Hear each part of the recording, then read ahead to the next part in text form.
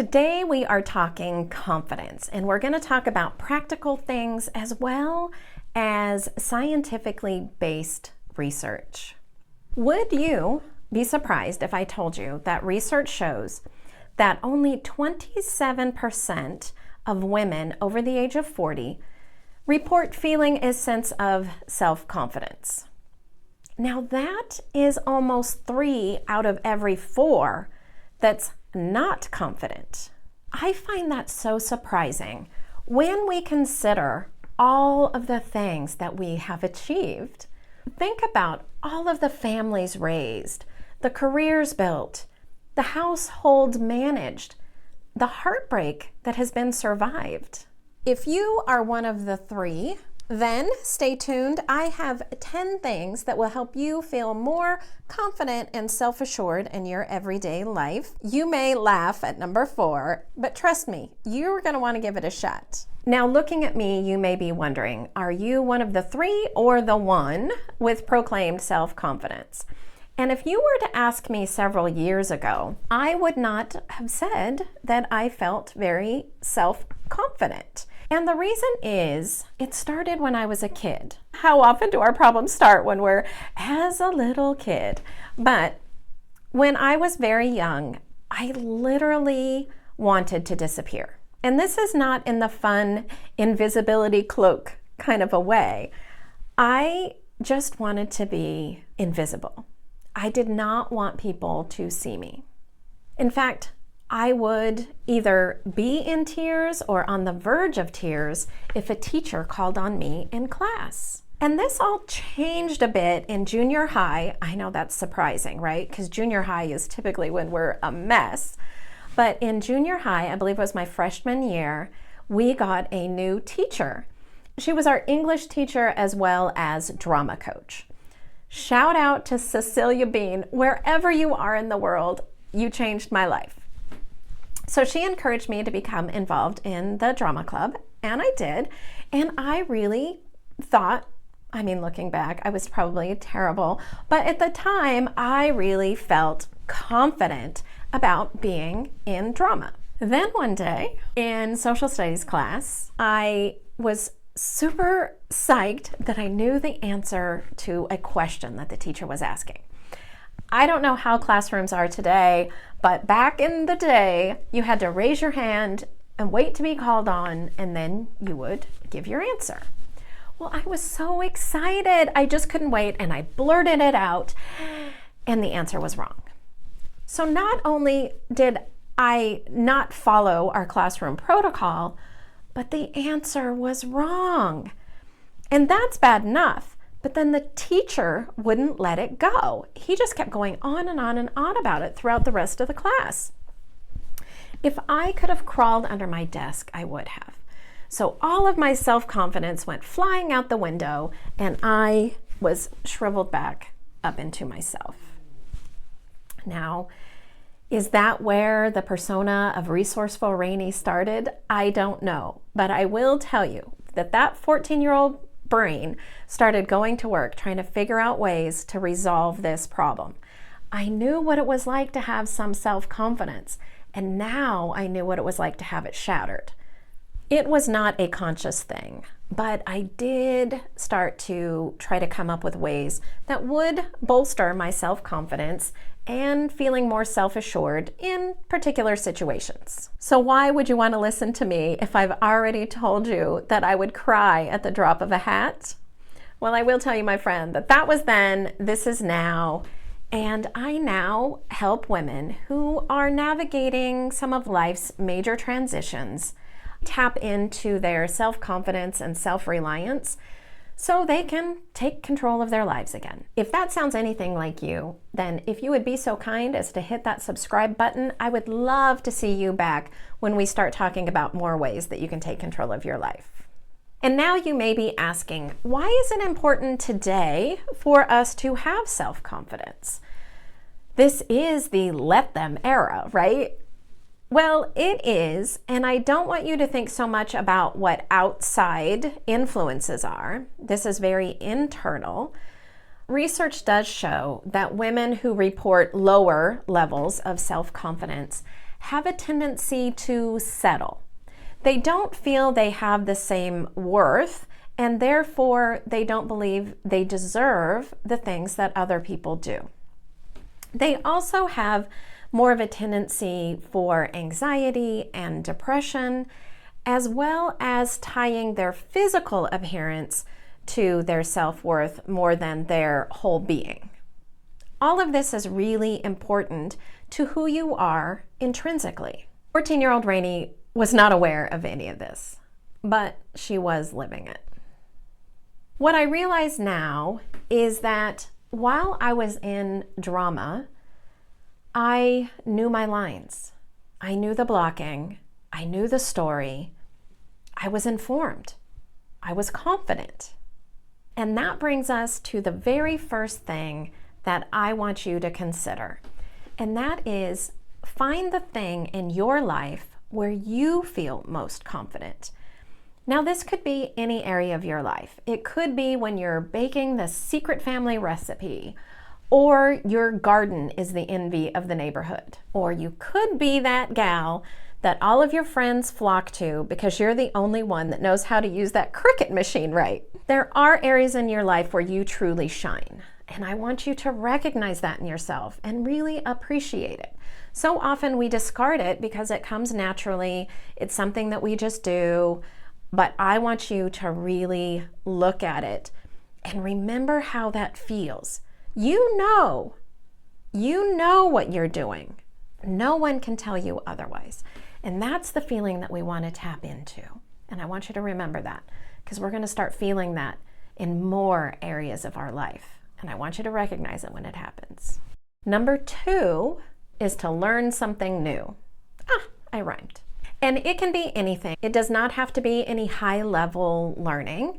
You can learn how to crochet, maybe take a course at your local community college, learn a new language, anything like that. What's super interesting is the function of learning can bolster your self-confidence. The brain is actually altered as we learn. So when we learn, we have to try things over and over. Very rarely do we just pick something up and know how to do it right off the bat. That's not learning, that's knowing.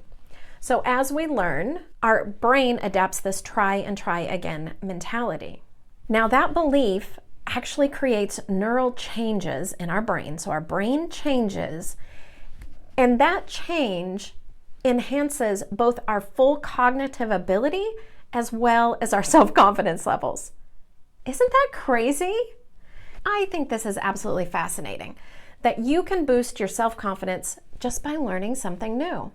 I love this. Now, number 3 takes things just a step further, and that is to master something. And again, this can be anything. It can be that language that you were learning. It can be the class that you were taking at your community college, but it can also be things like yoga, driving a stick shift. It can be cleaning your house or folding a fitted sheet. Everybody wants to know how to do that properly. What you learn is completely up to you. You just have to master this, and you have to acknowledge your mastery. You do not have to post this on social media. Nobody else has to know about it, but just you. You have to understand that you are the master of this thing, whatever it is. So science tells us that as we master a task, and when you look at the term mastery, right? So let's look at the actual definition of mastery. And this is a comprehensive knowledge or skill in a subject or accomplishment. That's super simple, right? Just become really good at something. So as you repeat this process, you continually improve, and our brain keeps firing all the good stuff down our neural pathways. So the more you master, the more efficient and the more automatic anything becomes. You start building self-trust and a true sense of capability, and this will transfer into other areas of your life. Number 4, I told you that this was going to be a little chuckle for you. So number 4 is to shake your groove thing. You don't have to dance. I highly recommend it because it's super fun and it will definitely boost your mood. But If you don't want to dance, that's fine. It's just movement, right? We need to get up and we need to move somehow, some way. And this is why. Movement enhances our dopamine. Dopamine enhances our mood. Our mood enhances our feelings of self-confidence. It just magically transitions one into the other. And I will tell you that once you get that dopamine going, dopamine is your best friend. She is going to be your personal hype girl and your confidence dealer. And we all know that there are not so great ways to get those hits of dopamine. So that's why I would love for you to stick with movement. It does not have to be dancing. Although, if you think about it, dancing is a really easy way to elevate your mood. If you just crank the music up when you're doing any household chore, if you're doing the dishes, folding the laundry, whatever it is, that is awesome. But if you don't want to dance, just get yourself out on a good brisk walk. And that's going to lead us to number 5, which is how you go out on that brisk walk is just as important as getting out there. I don't know if you've ever taken a self-defense course, but I know that was one of the first things that they taught us was how to walk to not appear to be a victim. And what we're going to do is much the same thing. I want you, anytime you go out, I want you to walk head up. Do not be scrolling on your phone. Don't be doing this. Head up, looking around, be aware of your surroundings. If someone's coming towards you, you can make eye contact and nod, maybe a small smile. You do not have to engage in any conversation. You don't have to say anything, but you are acknowledging that you know what's happening in your world. This way of being really presents someone who is proud, they're aware, they are on their way somewhere, they know where they're going and how they're getting there. And I promise you, if you start walking this way, you will automatically start to feel a little boost of confidence. Give it a shot. I want you to give it a try. Now for number 6. We are going to finish a project we have been putting off. For me, it's getting out in that garage and getting my tools organized. I've been telling myself I'm going to do that for way too long. For you, it could be purging your closet or painting the ceiling in your hallway, or maybe there's a project that you put on a shelf and it's been sitting there for way too long. Whatever it is, take a hold of that project and finish it. How is this tied to self-confidence, you may ask? Well, this is how. You will be proving to yourself that you are worthy. You are worthy of keeping a promise as well as having a promise kept. And you are going to be patting yourself on the back because you're so proud of yourself for getting whatever it is done. And it feels great to mark things off of your to-do list. Number 7, we are going to hop back in that closet if you didn't already purge it for number 6, and we're going to do that now. And we're only going to keep the things that fit well and we feel great in them.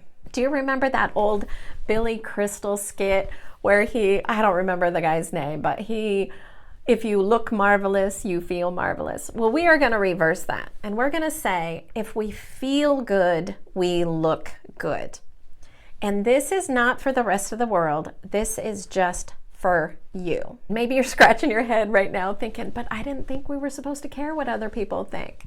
Again, this is not about anyone else. This is just how you feel about you inside. Because you are never going to convince me that you feel super self-confident when you're wearing those jeans that are so tight you can't sit down comfortably, or that dress that is so worn that you can't stand in front of any light because it's sheer and people can see right through it.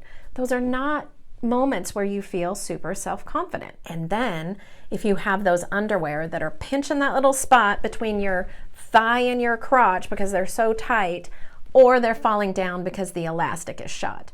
These are not moments where we feel self-confident. So all of that stuff is gonna go. Do you need to be in the latest trends and the hottest brands? Absolutely not. The only thing you need are well-fitted clothes that are great for your figure and they are neat and tidy. That's all you need. You will instantly feel more self-confident when you're walking in somewhere if you heed this advice. Moving on to number 8, We are now going to do hard things. And maybe cleaning out that closet was a hard thing, because honestly, hard things are going to be defined differently for everyone. For me, when I first realized that I was capable of doing more than I thought I could, was when a friend talked me into doing a Spartan race. If you don't know what a Spartan race is, it's one of those like mud runs where you have to go under things and through mud and over, you got to climb, you got to do all kinds of stuff. I was not in the physical condition to be able to do it, and the guy I was dating at the time offered to train me. Of course, I said yes. I didn't want to have to pay for a trainer. That was awesome. So he started having me do these exercises. And, you know, typically you do 3 reps of 12 or whatever it was.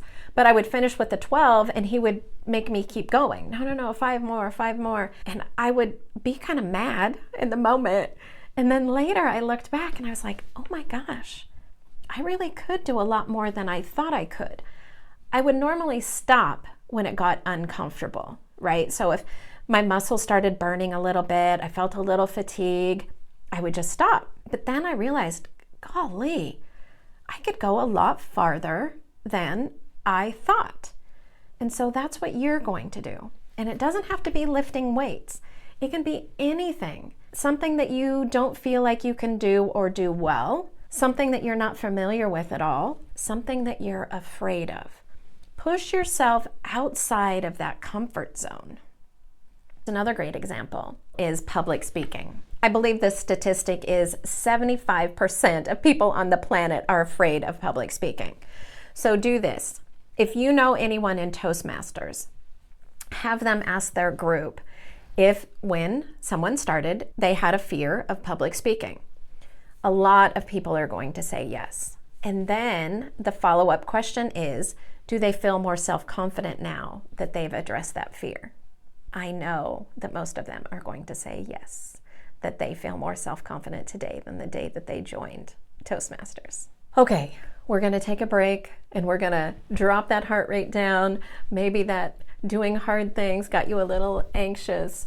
So for number 9, we are going to settle down and we are going to reflect. And I want you to reflect on your past. And I want you to think about things that you've accomplished. I want you to think about challenges and obstacles that you have overcome, conflicts and disagreements that you have navigated through. And I want you to see how far you've come. So often we get through something that's messy and we just want to stuff it away. We want to forget about it. And I want you to pull it out and not to relive it, not for it to be a negative thing. I want you to see how much you have overcome and achieved at this point. If you have a journal, this is a great place to start writing things down, so then you can go back and look at a list. If not, just have a little piece of paper in your office or near a chair where you sit and just jot things down occasionally and look back at all that you've accomplished, all the things that you've been through. I want you to pat yourself on the back and do a little celebratory dance because you are capable and don't you forget it. We are going to wrap this up with number 10, and this is a simple: be kind to yourself. We all are our own worst critic. And I know when I'm rushing around trying to get to an appointment and I'm trying to do things, and the faster we go, the faster we mess things up, and I'm cursing at myself, telling myself I'm a dumbass. I would never do that to a friend. And that's what my coach had me really look at is, would you talk to a friend the way you talk to yourself? And that answer was no. I would not talk to a friend of mine the way I berate myself. And another thing that you can do is look at yourself in the mirror. I don't want you to give yourself an up and down. Don't be judging yourself that way. I want you to look yourself in the eye, and I want you to acknowledge that person. And I want you to let her know that she's doing great. And whatever happens today, you've got her back. And that's going to make you feel so much better that you've got this. You can do whatever it is that needs to be done today. So there is my list of 10 things. And no, this list is certainly not all-encompassing. It's just very simple things that you can do to help boost your self-confidence throughout your day. Just let your voice be heard. And I want to hear your voice. Please drop in the comments something that you're going to do. Maybe one of these tips was really helpful for you that you're going to try out, or maybe you have a tip for us. What did you do to help bolster your self-confidence? Would love to hear it. I am Resourceful Raini. Here is to fresh starts and fearless moves. I'll see you next time.